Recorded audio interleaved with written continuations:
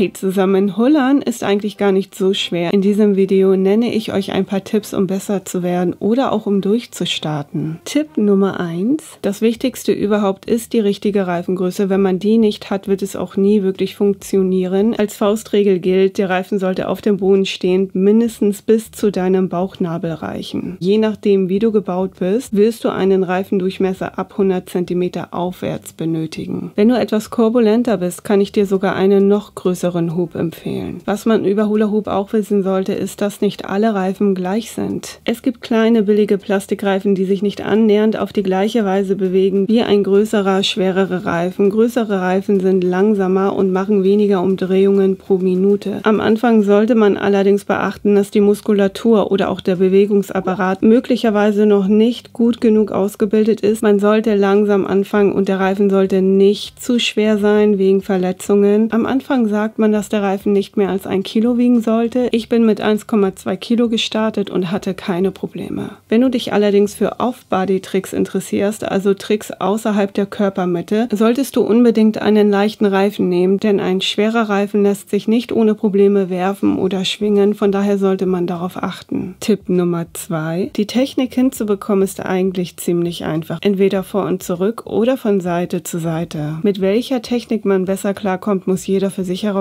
Ich glaube, die meisten machen vor und zurück. Ich zeige euch das hier etwas extremer von Seite zu Seite. Man muss sich immer wieder daran erinnern, dass es gar nicht so viele Möglichkeiten gibt, um den Reifen oben zu halten. Da der Reifen um die Taille kreist, hat man manchmal das Gefühl, man müsste das auch so machen. Man sollte niemals den Körper kreisförmig bewegen. Das perfekte Kreisen lässt den Reifen nämlich runterfallen. Von daher ist das eher eine längliche Form, die man macht. Wie gesagt, es geht entweder nur vor und zurück oder von Seite zu Seite und man sollte darauf achten, dass der Reifen nicht zu wild um die Taille kreist, weil dann fällt er nämlich auch herunter. Wenn du das beachtest, dann bleibt der Reifen oben. Tipp Nummer 3. Üben, üben, üben, üben und üben. Nur so lernst du Hullern und nur so korrigierst du deine Fehler. Du musst dich mit Hula Hoop beschäftigen. Es ist wirklich wichtig, dass man regelmäßig trainiert. Da kann man sich ein Beispiel an Kinder nehmen. Sie sind mit Freude und Euphorie dabei. Aufgeben ist keine Option. Von daher solltest du dir ein Beispiel daran nehmen, denn jeder kann Hula Hoop lernen.